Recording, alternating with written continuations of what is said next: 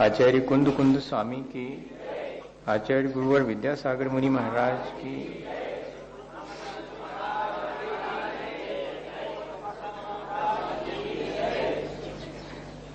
हम सभी लोग हमेशा की तरह आज भी अपने जीवन को अच्छा बनाने की प्रक्रिया करने यहाँ इकट्ठे हुए हैं। हमने बहुत प्रकार से इस बात पर विचार किया है कि हमारा जीवन जो शेष रहा है उसे हम अपने पुरुषार्थ से अच्छा बना सकते हैं। हमारे जीवन में सबसे बड़ी पीड़ा हमारी अपनी परतंत्रता की है। यहाँ इस संसार में जो जितना स्वतंत्र है वो उतना ही सुखी है। छोटे छोटे बच्चों को देखते हैं, उन्हें किसी बात की चिंता नहीं होती, वे बहुत निश्चिंत और आनंदित होकर के अपना जीवन जी देते हैं। लेकिन जैसे जैसे हम सबके जीवन में आसक्ति बढ़ती है, हम उतने ही परतंत्र और दुखी हो जाते हैं। किसी और व्यक्ति के द्वारा जब हमें परतंत्र बनाया जाता है तो हम दुख अनुभव करते हैं। हम नहीं चाहते कि कोई हम पर अपना अधिकार बताए और हमें अपने अनुसार चलाए। वो हमें बहुत दुखदाई मालूम पड़ता है।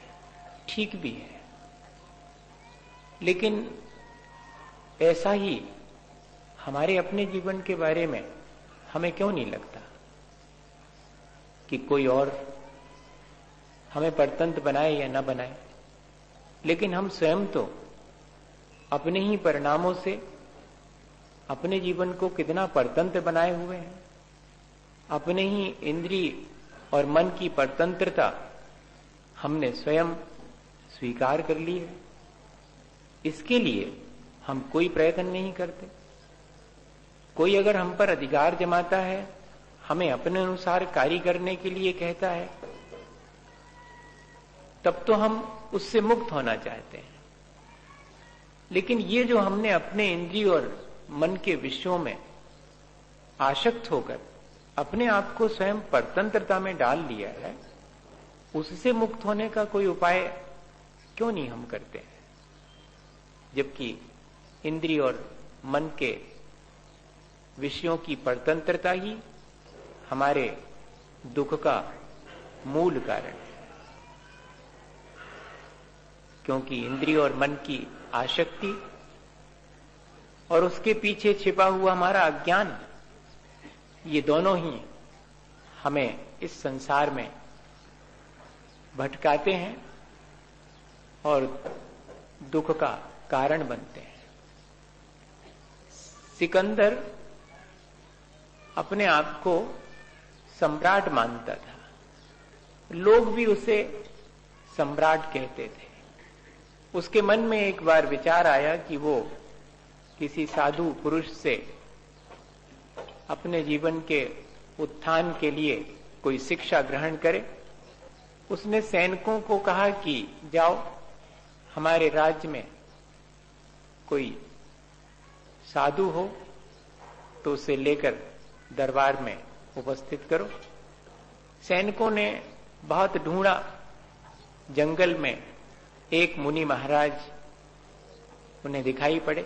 उनसे कहा कि चलिए, हमारे सम्राट ने आपको बुलाया है। तो साधु जी ने कहा कि सम्राट तो मैं स्वयं हूं, मुझे कहीं और जाने की आवश्यकता नहीं है। सैनिकों ने कहा कि आपको सम्राट किसने बनाया? सम्राट तो सिकंदर है। तो उन्होंने कहा कि कह देना कि सम्राट तो मैं ही हूं। सैनिक वापस गए, सिकंदर से कहा कि वो जो साधु जी हैं उन्होंने तो दरबार में आने से इनकार तो कर ही दिया, और वो तो ये कह रहे हैं कि सम्राट तो मैं हूं। किसने कहा कि सिकंदर सम्राट है? सिकंदर को थोड़ा गुस्सा आया। हालांकि जो सम्राट होता है उसको गुस्सा नहीं आना चाहिए।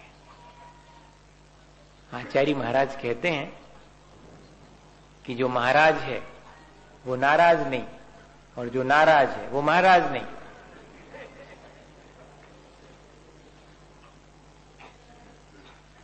पर सिकंदर ने फिर कहा कि जाओ, कहना कि सम्राट ने तुम्हें बुलाया है, अगर तुम नहीं आओगे तो तुम्हें उनकी नाराजगी का फल भोगना पड़ेगा, तैयार रहो इसके लिए। सैनिकों ने फिर से जाकर कहा तो साधु ने मुस्कुराकर कहा कि सम्राट तो मैं ही हूं, तुम्हारा वो सिकंदर मेरे गुलामों का गुलाम है, कह देना उससे। अब तो और बहुत मुश्किल हो गई। जब ये बात सिकंदर को मालूम पड़ी तो पहले तो थोड़ा क्रोध आया, लेकिन फिर सोचा कि खुद चल के इस बात का समाधान करना चाहिए। बात कुछ अलग ही जान पड़ती है। और जब साधु के पास जाकर कहा सिकंदर ने कि मैं ये नहीं समझ पा रहा हूं कि आप सम्राट कैसे हैं, और मैं ये भी नहीं जान पा रहा हूं कि मैं गुलामों का गुलाम कैसे हूं। तो महाराज ने कहा कि मुझे किसी चीज की आकांक्षा नहीं है, मैं किसी भी के वश में नहीं हूं, इसलिए मैं सम्राट हूं। और मैंने अपनी इंद्रिय और मन को अपने वश में कर लिया है। मेरे इंद्रिय और मन मेरे गुलाम हैं, और तुम तो अभी इंद्रिय और मन के वश में हो, मेरे गुलामों के भी गुलाम। इंद्रिय और मन मेरे गुलाम है और तुम इंद्रिय और मन की गुलामी करते हो, तो मेरे गुलामों के गुलाम ही तो हुए। सिकंदर को तो बोध प्राप्त हो गया, उसका जीवन परिवर्तित हो गया। सुनते हैं, लेकिन हम सब तो ये बात हमेशा से जानते और सुनते आ रहे हैं, और फिर भी हम अपने आप को इस गुलामी से मुक्त नहीं कर पा रहे। कितने तरह के बंधन हमारे ऊपर हमने बांध रखे हैं। भयभीत हम हैं, यह एक बंधन है।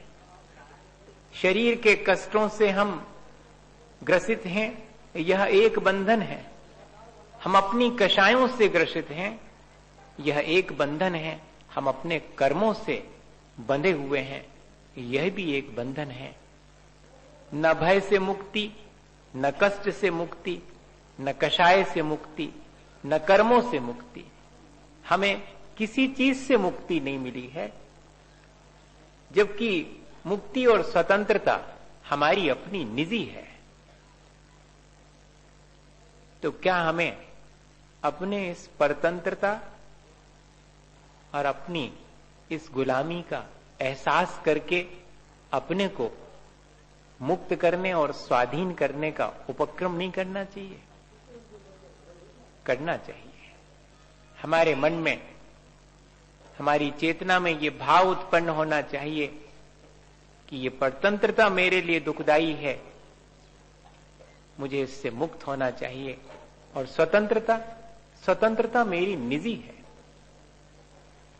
एक बार अपनी उस स्वतंत्रता का एहसास हो जाए, या कि अपनी परतंत्रता का एहसास हो जाए, तो मानिएगा कि स्वतंत्र होने का, स्वाधीन होने का, संसार से मुक्त होने का उपाय अपने आप सूझेगा।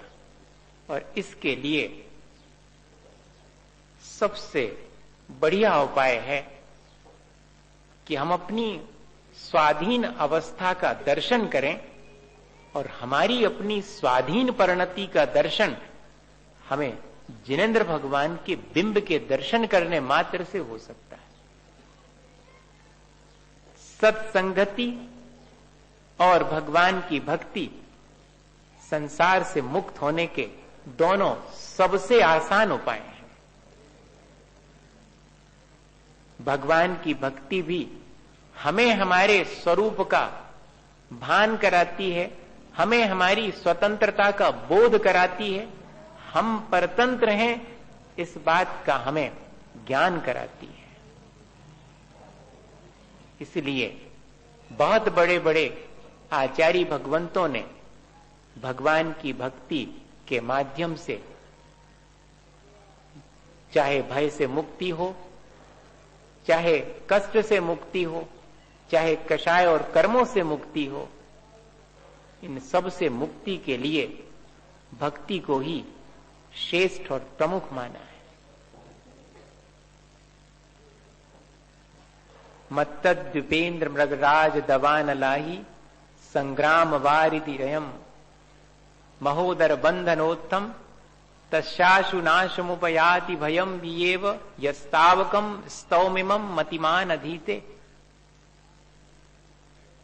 हे आदिनाथ भगवान, आचार्य मानतुंग गोस्वामी स्तुति करते हुए कह रहे हैं कि चाहे वो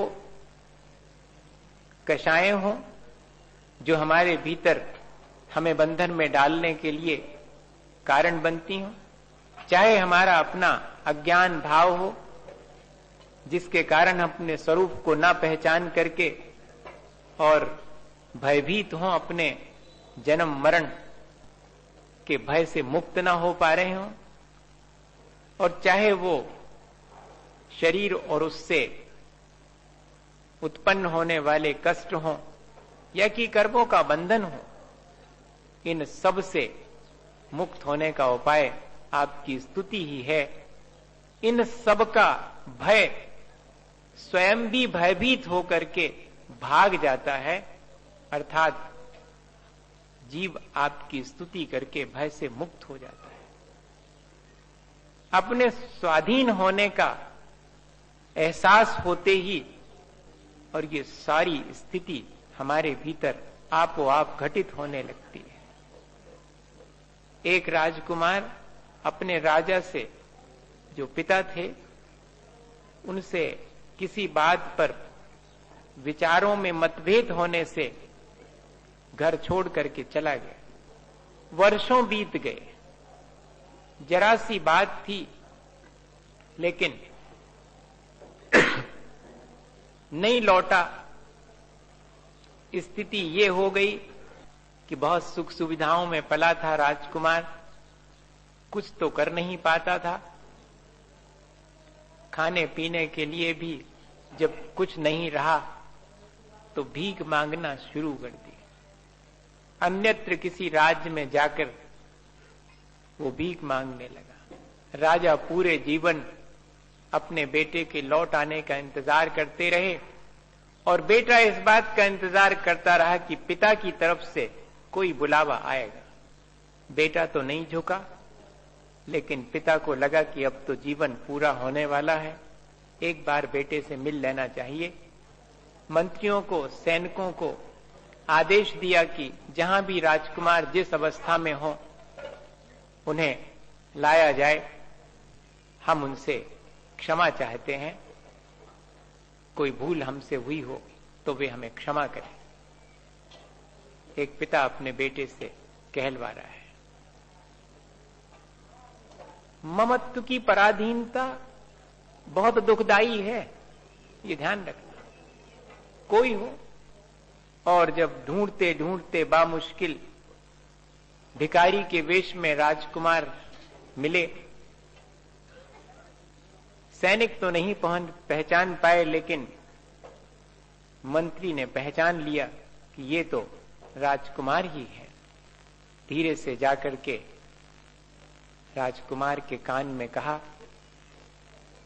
कि भूल गए राजकुमार, पिता याद करते हैं आपको, अब तो उनके जीवन का अंतिम समय है, उनकी गलतियों के लिए आप क्षमा करें और लौट चलें। हम आपको लेने आए हैं, वो खड़ा है रथ, आप आए और मिले अपने पिता से। भिखारी का वेश है, हाथ में कटोरा है, अभी अभी दुकान के सामने खड़े होकर के याचना की है कि भिक्षा मिल जाए, और लोगों ने उन्हें दुत्कार करके भगा दिया है।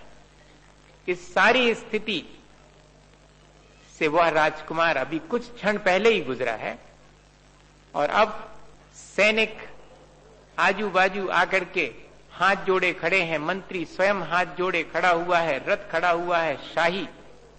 आसपास धीरे धीरे समाचार पहुंचता है, ये जो भिखारी के वेश में हैं ये तो उस देश के राजा के पुत्र हैं, राजकुमार हैं, और राजा ने इनको बुलाया है। भीड़ जुड़ने लगती है। जिनकी दुकान के सामने अभी थोड़ी देर पहले दुत्कार दिया गया था, वे सब पैरों में डले हैं।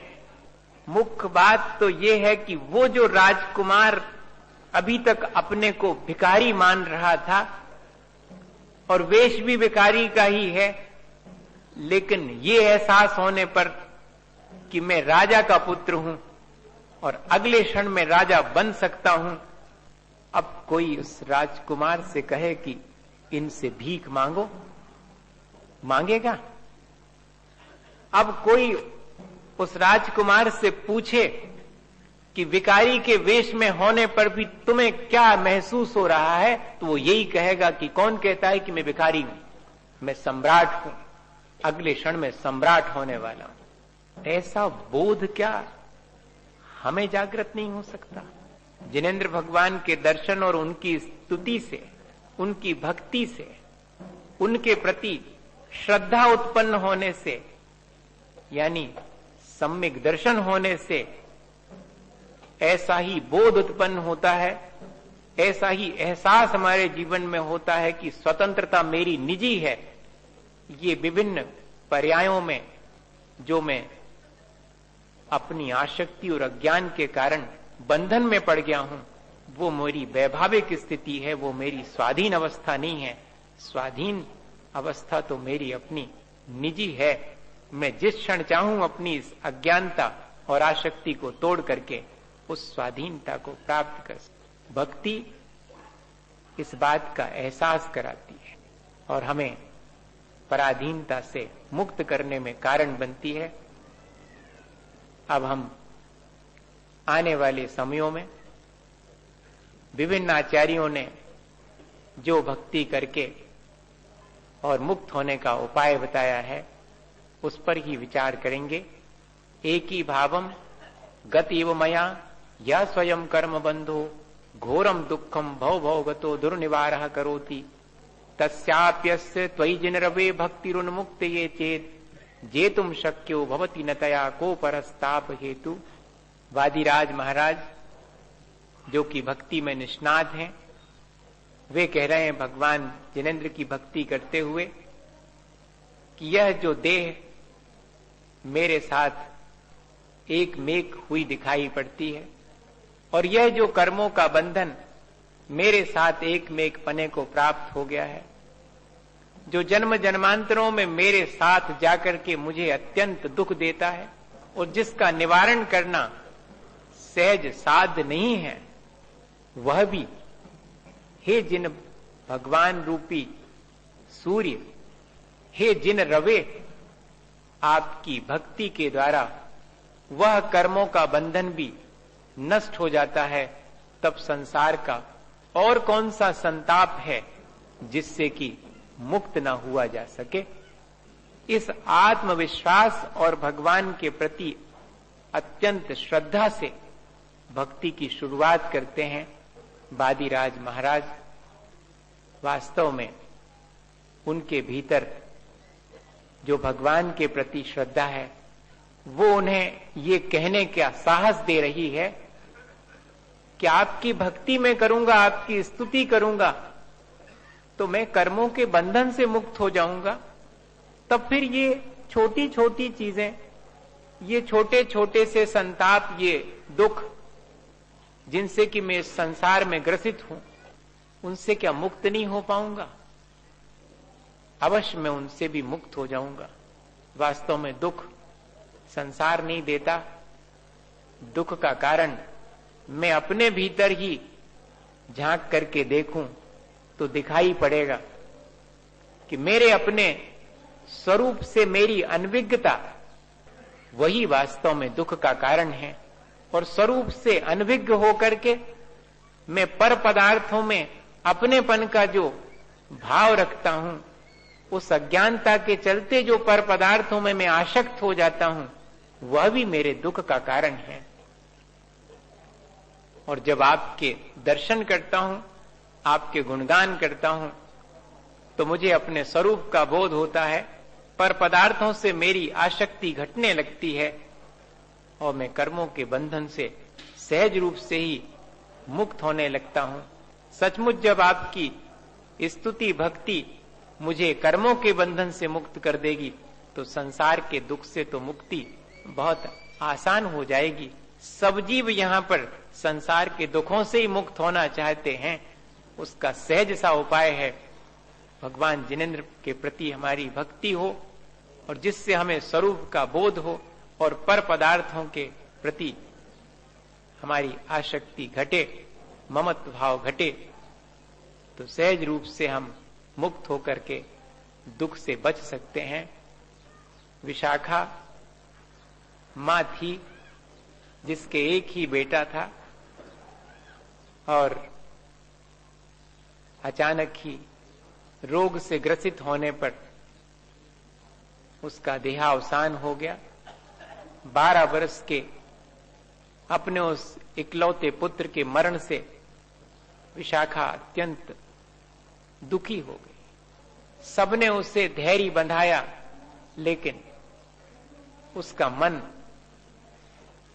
इस घटना से अत्यंत विचलित हो गया। एक साधु के चरणों में जाकर के निवेदन किया कि भगवान मुझे धैर्य बंधाएं, मैं बहुत दुख में हूं। साधु ने कहा कि विशाखा तुम्हें क्या दुख है? यही भगवान कि मेरे एक तो पुत्र था और उसका भी देहावसान हो गया।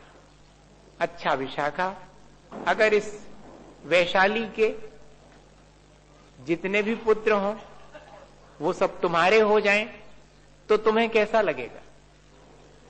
भगवान तब तो बहुत आनंदित होंगी मैं।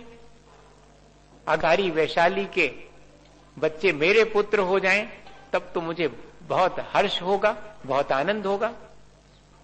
तो दूसरी बात मैं ये पूछना चाहता हूं विशाखा कि वैशाली में कोई ना कोई पुत्र तो रोज ही मरता होगा। हाँ भगवान, इतने बड़े वैशाली में एक ना एक किसी ना किसी का पुत्र तो रोज मरता होगा। तो फिर विशाखा यदि सारे पुत्र तुम्हारे होंगे तब तो तुम्हें रोज ही दुख होगा। फिर सब पुत्र तुम्हारे हो जाएं, इस बात का सुख तो तुम्हारा नष्ट ही हो जाएगा।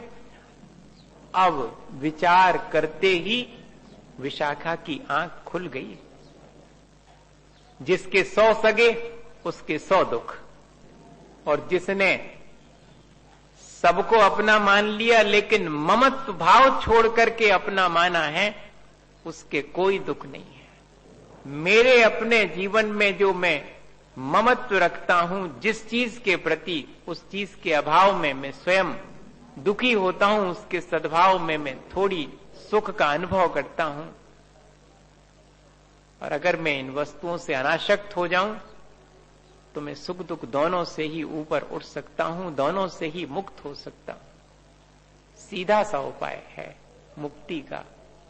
हमें इन छोटी छोटी बातों से शिक्षा लेनी चाहिए और अपने जीवन में अपने स्वरूप का बोध करके पर पदार्थों को, इस देह को भी पर मान करके जो आसक्ति है उससे घटाना चाहिए, जो ममत्व भाव है उससे घटाना चाहिए।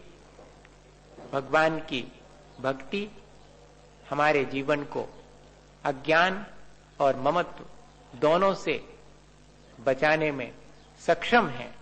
इसलिए हमें भगवान की भक्ति करने के लिए तत्पर होना चाहिए। भगवान की भक्ति से हमारे अज्ञान और आसक्ति में कमी आएगी। जो लोग भक्ति कर रहे हैं, पूजा पाठ कर रहे हैं, उनसे भी मुझे इतना ही कहना है कि अज्ञान और आसक्ति घटी हो तो पूजा और पाठ सार्थक है, और अगर नहीं घटी हो तो पूजा पाठ और अच्छे ढंग से करें, जिससे कि अज्ञान और आसक्ति घटती जाए और हम स्वतंत्र हो जाएं। हम उस पराधीनता को पहचान करके उससे मुक्त होने का उपाय करें। भगवान अत्यंत स्वाधीन अवस्था को प्राप्त हो गए हैं। रोज रोज उनकी उस स्वाधीन अवस्था का दर्शन करके क्या हमारे मन में अपनी स्वाधीनता का जरा भी विचार नहीं आता? अपनी पराधीनता से हमें जरा भी कष्ट नहीं होता? होना चाहिए। वह पूजा और भक्ति हमें ये प्रेरणा देती रहे तो हम आसानी से अपने जीवन को मुक्त करने का उपाय कर सकते हैं। एक और छोटी सी घटना मुझे स्मरण में आती है, शायद हमें प्रेरणा मिले उससे। एक तोता जो कि किसी व्यक्ति ने अपने शौक के लिए पिंजरे में पकड़ करके बंद करके रख लिया था। वैसे तो किसी भी जीव को बंधन में नहीं डालना चाहिए, लेकिन क्या करें, हम लोग अपने थोड़े से सुख के लिए बहुत जीवों को बंधन में डाल करके आनंदित होते हैं, जबकि बंधन में तो कोई भी आनंदित नहीं होता। वो तोता भी बहुत व्यथित होता था। कहां वो स्वतंत्र आकाश में विचरण करने वाला जीव, और कहां उसे बंधन में डालकर रख दिया। भले ही पिंजरे के भीतर उसे सारी सुख सुविधाएं थीं, पिंजरा आलीशान भवन में टंगा हुआ है, सोने चांदी की कटोरियों में पानी और खीर खाने के लिए रखी हुई है, सब कुछ है, लेकिन बंधन की पीड़ा वो जानता है। हमें जरूर एहसास नहीं होता, हमें तो यह जो स्थिति है वही स्वाभाविक जान पड़ती। हमें तो सुबह से शाम तक अपने इंद्रिय और मन की पराधीनता ही स्वाभाविक जान पड़ती है। हमें कभी अपने इंद्रिय और मन की पराधीनता नहीं लगी, तभी तो हम सुबह से शाम तक उसी में लगे हुए हैं और अपने दुख का उपाय अपने हाथ से करते हैं, और फिर कहते हुए पाए जाते हैं कि क्या करें, बहुत दुखी हूं इस संसार में। लेकिन उस तोते को देखें कि वो सारे अपार वैभव और ठाट बाट के बीच भी इस बात के लिए चिंतित है कि कैसा करूं जिससे कि मैं मुक्त हो जाऊं। उसे मालूम पड़ा कि कोई साधु महाराज आए हैं, जिनके दर्शनार्थ, जिनकी पूजा भक्ति के लिए ये सेठ जी रोज जाते हैं। और सेठ जी भी घर आकर के सबको सुनाते थे कि आज महाराज ने ये कहा, आज महाराज ने इतनी बढ़िया बात कही। तो एक दिन तोते ने भी अब सेठ जी से कहा कि सेठ जी, महाराज से मुक्त होने का उपाय पूछ कर तो आइएगा कि इस संसार से मुक्ति का क्या उपाय है भगवान। तो सेठ जी हंसने लगे कि ये तोता छोटा सा, ये भी संसार से मुक्ति चाहता है। अरे मैं मनुष्य हूं, बड़े बड़े लोग चाहें तो ठीक है, ये क्षुद्र सा प्राणी, फिर भी चलो इसने कहा है तो पूछ लेंगे महाराज से। हालांकि ये घटना बहुत प्रसिद्ध है। तो सेठ जी ने जाकर के महाराज से जब पूछा कि महाराज, मेरे यहां जो तोता है वो भी आपसे कुछ बात पूछना चाहता है। महाराज ने कहा कि क्या पूछना चाहता है? यही कि मुक्ति का क्या उपाय है, बताएं महाराज। तो जैसे ही प्रश्न सुना महाराज ने, और वे जिस स्थान पर बैठे थे वहीं पर लेट गए और ऐसा लगा जैसे कि वे अब विश्राम कर रहे हैं, सो गए हैं। बड़ा अजीब लगा सेठ जी को कि मैं तो ये सोच रहा था कि तोते के बहाने मुझे भी महाराज मुक्ति के लिए उपाय बताएंगे, लेकिन इन्होंने तो कुछ ध्यान ही नहीं दिया उसके प्रश्न पर। मुझे भी शायद ठीक समय पर मैंने नहीं पूछा है। महाराज के विश्राम का समय हो गया होगा, चलो फिर कभी पूछ लूंगा। और लौट गए। घर पहुंचकर के तोते ने पूछा कि सेठ जी मेरे प्रश्न का उत्तर दिया क्या महाराज ने? अरे बोले भाई तुम्हारे प्रश्न का उत्तर तो कुछ उन्होंने दिया नहीं, कुछ बोले ही नहीं। मैंने जैसे ही तुम्हारा प्रश्न रखा उनके सामने, वे तो अच्छे भले बैठे थे, फिर बाद में लेट गए और विश्राम ही करने लगे। अब कभी मैं जाऊंगा तो फिर तुम्हारे प्रश्न का उत्तर पूछ करके आऊंगा। तोता मन ही मन मुस्कुराया कि सेठ जी मेरा उत्तर तो मिल गया। और अगले दिन सुबह सारे घर में हल्ला मच गया कि तोता तो न खाता है, न पीता है, न आंख खोलता है, वो तो निडाल होकर के, शिथिल होकर के पिंजरे में पड़ा है। क्या पता प्राण है या नहीं है, या आयु पूरी हो गई, लगता तो ऐसा ही है। अब क्या करें, क्या करें? पिंजरा खोलो, पिंजरा खोलो, निकालो उसको, उपचार करेंगे उसका, कहीं ऐसा ना हो कि मर ही गया हो। तो जैसे ही पिंजरा खोल करके और तोते को बाहर निकाला, तोता उड़ करके पेड़ पर बैठ गया और कहा कि मेरी मुक्ति का उपाय तो महाराज ने बता दिया था। मुक्त होने का उपाय यही है कि संसार में विषय कषाय से सोए रहो और अपने आत्म स्वरूप में जागते रहो। दूसरे तरह से कहें तो संसार के व्यवहार में सोए रहो और अपने आत्मा के स्वरूप में निश्चय से जागते रहो। वास्तव में स्वतंत्र होने का यही सबसे आसान और अत्यंत आध्यात्मिक उपाय है। हमें अपनी स्वतंत्रता के लिए ऐसा ही पुरुषार्थ करना चाहिए और अपने जीवन से इन पराधीनताओं को हटाकर अपने उस शुद्ध स्वभाव को स्वाधीन है प्राप्त करना चाहिए। इसी भावना के साथ